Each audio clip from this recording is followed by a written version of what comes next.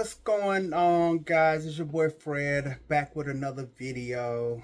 Alright, so as promised, I am back with you guys to talk about the elephant in the room. So you guys just watched a couple videos of me going around picking up all those sweet treats. I went to nothing but bun cakes. I got a cake from Publix. Y'all saw me trying to get a cookie from Subway. Y'all saw me getting the good queso from Qdoba. Y'all saw me eating all that good stuff, and y'all like, how is he doing it? He's a diabetic. I know somebody was cussing me out. Y'all just wasn't. I'm surprised y'all didn't put it in the comments. I'm sure somebody wants to do it. Y'all just didn't do it. Meanwhile, there's other people that's like, how is he doing it? He's a diabetic. I'm sure his numbers are high. Nope. My numbers are normal. I average between, on the high end, I might be on a daily basis, I might be 135. After I eat, I might spike. After I eat, I might spike up to 165. But shortly after I eat, I'm going to go back down to a normal rate of about 119, anywhere from about 105 to 119. On the low end, I might get down to like 90. Right after I change my sensor though, that's when I get really low. And even that is like a false low. Right after I change my sensor, my mom usually calls me and she like, did you just change your sensor? I'm like, yeah, I just changed it. Especially at night. She was like, you must have just changed your sensor like right before you went to bed. I'm like, yeah, I changed it, because then it'll give her a false reading of like 40. But I'm always within range. So my numbers, my doctor asked me to stay between 70 on the low end and 175 on the high end. And I'm always within that range. So that's why my support team don't mind me going around doing what I do when it comes to my birthday and enjoying those free treats. Now, I don't always eat all of them, because with me being Mounjaro, I don't eat much as it is. Oftentimes, Mounjaro is suppressing my appetite so much that I have to make myself eat. Like today, I ate this morning. Actually, I have been eating so much at home lately that last night I treated myself to Qdoba. I didn't eat it last night. I cooked spaghetti the other day, so last night I had spaghetti before it came, because I got so hungry before it finally got here, because it got late, came late. So this morning I ate half of my quesadilla, and now I'm about to eat the other half before I go to bed in a few minutes. And that's pretty much all I've had all day. Now, but that's pretty much how I eat all day. So that's a normal day for me. And that's pretty much how I stay within range. So I take my Mounjaro on Sundays. My other medication, my Jardiance, I take my 125 milligram tablet daily. And that's pretty much how I stay within my numbers. I follow my prescriptions the way I'm supposed to. So when people ask me how, I get this question all the time when I run into new diabetics. I tell them when I was first diagnosed, my numbers were really high. So high that when I first became diabetic, when I was first diagnosed as a diabetic in 2019, my doctor trusted me to, like most doctors, they told me, hey, I'm not going to put you on medication right away. I want you to, my A1C was, at first diagnosis, was 7.3. he was like, I want you to just monitor your blood sugar, and he gave me the glucose meter. He's like, just try to take your blood sugar 2 to 3 times a day, and monitor it at home, and try to get it down through diet and exercise. Did I do what he told me to do right away? I didn't, and I paid the price for it. That was in April 2019. By September 2019, I was going into diabetic ketoacidosis and didn't know it. I tell people this story all the time. September 11, 2019, I had a very stressful meeting. That morning, I got off work. I had a stressful meeting with my boss, his boss, and his boss. So 3 supervisors above me. Went to that meeting. After that meeting, mind you, I just worked third shift that night, so I went straight to that meeting. Had the meeting. It lasted about an hour and a half, almost 2 hours. Went home, went to sleep. Woke up that evening. Didn't feel right. Went to my next job. Thankfully, the meeting I was going to at my next job got canceled. But I went home, went back to sleep, not feeling well. Got up, went to work, and then for the next 3 weeks, I had increasing abdominal pain, not knowing that it was actually my pancreas that I was feeling that was in pain, but I just knew it was in my abdomen that was hurting. And everybody was telling me, you don't look well. And I told them I didn't feel well, but I was pushing through and I was going to work every day. My mom would see me and she was like, you don't look well. She was like, you sure you don't need me to come do nothing? I was like, no, I'm just going to go home and go to sleep. I would push through and try to go to both of my jobs. My second job, they understood I didn't feel well, but I was getting my work done, usually overnight at my first job, because my first job was third shift. And my second job, they allowed me to work remote. So as long as I was producing work, they didn't care that I didn't come in the office, as long as I was meeting my deadlines. But after the third week, I had an on-site meeting that I had to show up to. I go to the on-site meeting, and it was like, you don't look well. You shouldn't be here. You actually need to go to the hospital. I was like, I'm here because I have this meeting this workshop that I'm supposed to be running today. So I'm here to do the workshop. But afterwards, I'll figure it out. I do my workshop. I go to my mom's house, and I tell everybody I don't feel well, but the more water I drink, the better I feel. Come to find out, I was actually dehydrated and didn't know it. I found that out a few days later. Go to my mom's house. She's like, okay, well, keep drinking water. Go home, get some rest. A few days later, at this point, I'm starting to feel better, but it kind of dawned on me that I hadn't taken my blood sugar in probably over a month. So I find my glucose meter. I prick myself, take it, and the meter tells me that my blood sugar was too high for it to give me a reading. So I panic. I send my doctor a note in my chart. Mind you, it's before 8 a.m., so the office is not even open. I tell them what it says. When the office opened, half hour later, they email me back and say, hey, go to ER right away. At this point, it's to come down to $5.99. They still say go to ER now. I prick it again. It's like $5.96. I go ahead. They told me to go to ER, so I go ahead and I get myself together. Mind you, I just got off third shift. I should be asleep, but I go ahead and go to ER. By the time I get to ER, it's down to like when they take it at ER, it was at $5.19, and I tell ER what it was at home. They're like, and you walked yourself in here? I was like, yep. And they was like, okay, well, stop drinking water because we're probably going to have to take some blood work, but stop drinking water.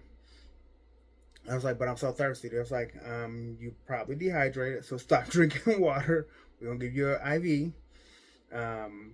So they give me, they rush me to, they don't even triage me there. They just rush me to the back, hook me up to the machines and stuff, and they run all these tests or whatever. Come to find out I was in diabetic ketoacidosis. The doctor finally come back there. I'm back there for like about 6 hours. It was like, yeah, you was in diabetic ketoacidosis, and we're surprised you're not in a coma. It was like the only reason you're not in a coma is because you were so determined to go to work every night that your sheer will to get up and go to work every night kept you from going into a coma. But you was one nap away from going into a coma. But it was that scare that pretty much woke me up, and I pretty much got on to my routine, and they put me on insulin. So I took my insulin shots. I was only on one shot a day, so they put me on the insulin. They put me on the Jardiance, and I followed my routine every day. I did everything that I was supposed to do. I was taking my blood sugar 3 times a day. I was checking my blood sugar 3 times a day. I was taking my insulin every morning. I was taking my Jardiance every morning. I literally was taking all of my medication the way I was supposed to be, because that particular incident scared the living crap out of me. And from then on, I've been doing everything that I was supposed to be doing. I met with the diabetic nurse, and she told me, pretty much the one that schooled me and showed me that diabetes can go into remission as long as you do what you're supposed to be doing and you follow the regimen to the T. You can put your diabetes into remission. You have to first get your A1C back into pre-diabetic levels. So your at that particular point, my A1C had gotten up to like 12.8. So I needed to get it all the way back down to pre-diabetic levels. So pre-diabetes is 5.6 to 5.6 to like 6.1 or something like that. So I need to get it down to 5.5 and lower. Once you're down to 5.5 or lower, at that point they can take you off all diabetes medications. Once you are off all diabetes medications and you maintain that 5.5 or lower for 6 months straight with no medications, you are then considered to be in remission. And as long as you stay at that point with no medications, you are no longer diabetic. So that's my goal, is to get there. So my last A1C, my it was 5.8 or 5.9. So I'm almost there. So I'm reaching that goal. So my goal is so with my goal being that close, why wouldn't I continue to do what I'm supposed to be doing to get there? So if I can get this close to it, you can too. So I've been sharing this story for years with anybody that that's wanted to know what I've been doing to stay on track. So that's why I'm making this video. So me going around and getting those treats, that didn't hurt me.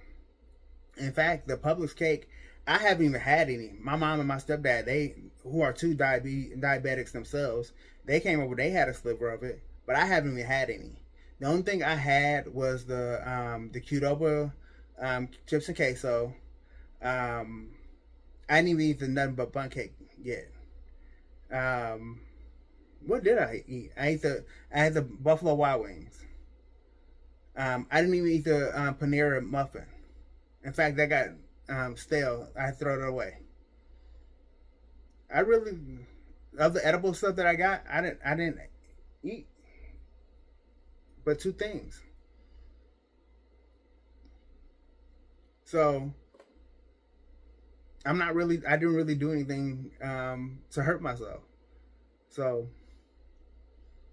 it was just fun going around and getting stuff. I shared more than I hurt myself. So, but I hope you guys had fun watching me go around and get stuff. I will do it again in the future. And next year, if I don't go on the cruise that I'm planning, that I want to go on, because I do still plan to book a cruise. I just haven't decided which one I'm going to book yet. But if I don't go on a cruise, then I probably will go to Atlanta because I do get a coupon for Benihana and I get a coupon for Papados. Two restaurants that's not here in Charlotte, but they are in Atlanta. Um, so if I don't go on the cruise, I'll probably go to Atlanta so I can go to those two restaurants and use those two coupons. Um, so I would, if I, that's what I would do next year if I don't go um, on the cruise. So I would definitely film that. Um, yeah, so that's kind of the plan next year because those are two higher end restaurants. Um, that again, that's not here in Charlotte, so I couldn't film those here. So no kind of rambling. Um,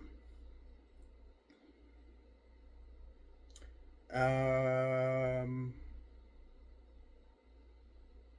but yeah, I would definitely film that again. Um, some other coupons that I get that I didn't film. I didn't go to Baskin Robbins. I didn't go to Cold Stone. I did go to Cold Stone last year, but I'm not as big into ice cream as I used to be. Mainly because I worked at Dunkin' Donuts, not Dunkin' Donuts. Shit. I worked at Dairy Queen for like 4 years. So after working at Dairy Queen, I really don't do ice cream as much as I used to. Um, One coupon I wish I still got is BD Mongolian Grill, which would be useless here in Charlotte because they're not here. But it's a spot that I used to go to all the time when I lived in Columbus, Ohio. Um,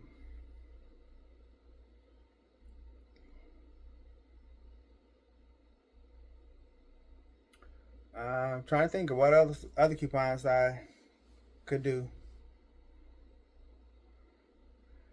If there's some coupons out there that you know of that you didn't see me do or you haven't heard me mention, definitely drop them below and I will try to sign up for them and film them in one of my future birthday videos.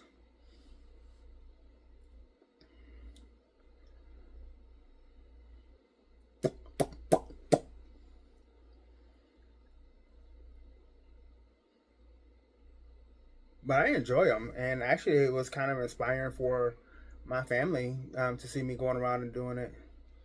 My stepdad, he was like really intrigued when he came by, and especially when he saw that cake, and to hear my story about my "Pray for Me, I'm Petty" hoodie, and the lady that was acting a fool and that worked at Publix because I had that shirt on.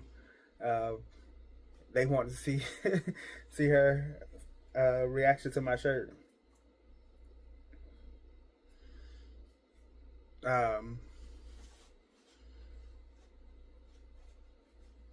Actually, I'm signed up for Harris Teeter and Food Line. I ain't get anything from them,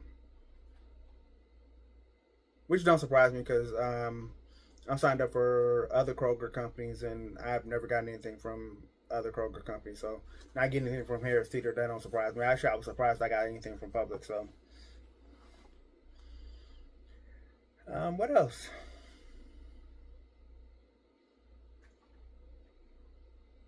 I'm not surprised I didn't get anything from the Charlotte Hornets because I never got anything from the Milwaukee Bucks.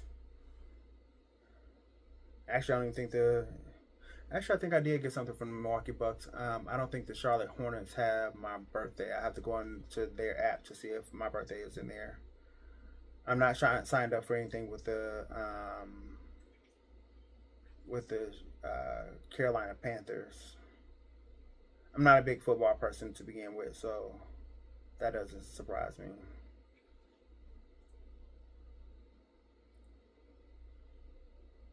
I'll sign up for something with NASCAR. See, maybe I'll get something for the NASCAR museum next year. Um,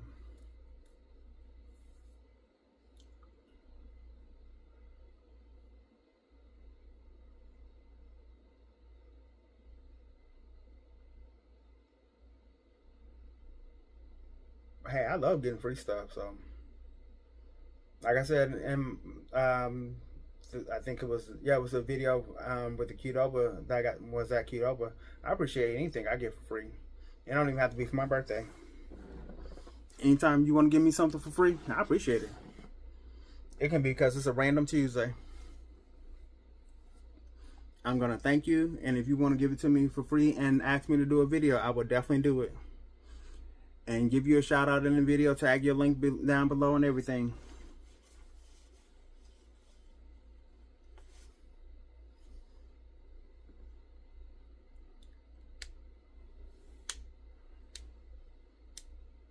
And I did not put it in the description of those videos, but none of those companies paid me to do anything for them in those videos.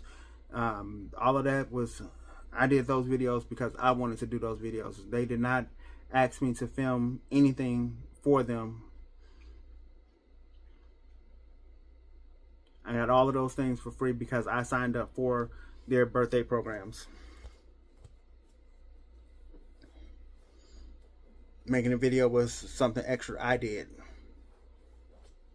Those videos was not sponsored.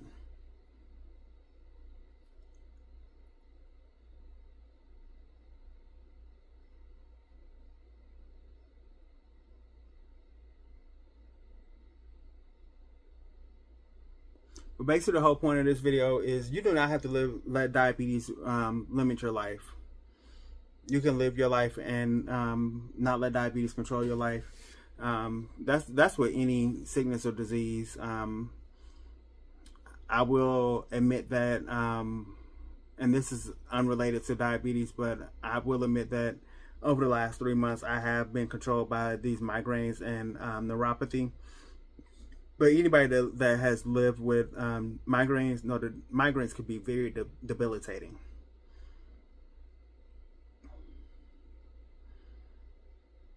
When I have had migraines, I am in the house, the blinds are drawn, and if I have to exit the house, 9 times out of 10, I got dark shades on. And when I lived in Ohio, the migraines were so bad that I would be in the house with the blinds on, with the blinds closed, and shades on. And if I did go to work, at that time, the job I had, I would be at work with the shades on.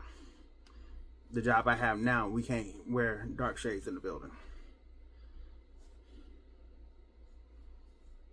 So that's why that's the main reason why I stay at home. Also, this job requires a much more detailed thought process. The job I had back then was much more repetitive. Literally every call was the same thing. That job I can almost do with my eyes closed. Every call was pretty much the same thing, so I can pretty much do that job without thinking about it. Although these calls that I'm doing with this job can be repetitive, you have to be calculative and think about what the next question might be.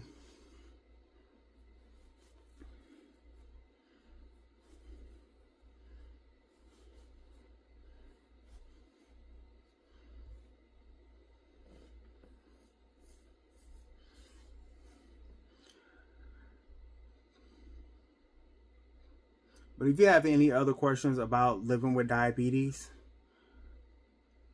definitely leave them down below. If there are some resources that I might be able to provide, I will put them in the description. I am going to go ahead and wrap up this video and close out for now. And don't forget to like, comment, share, and subscribe, and leave any thoughts you might have in the comments. And that's going to be it for now. Don't forget to hit that notification bell so you can get all of my post notifications and updates. Until next time, this has been your boy Fred for Life with Fred. Until next time, y'all have a good night.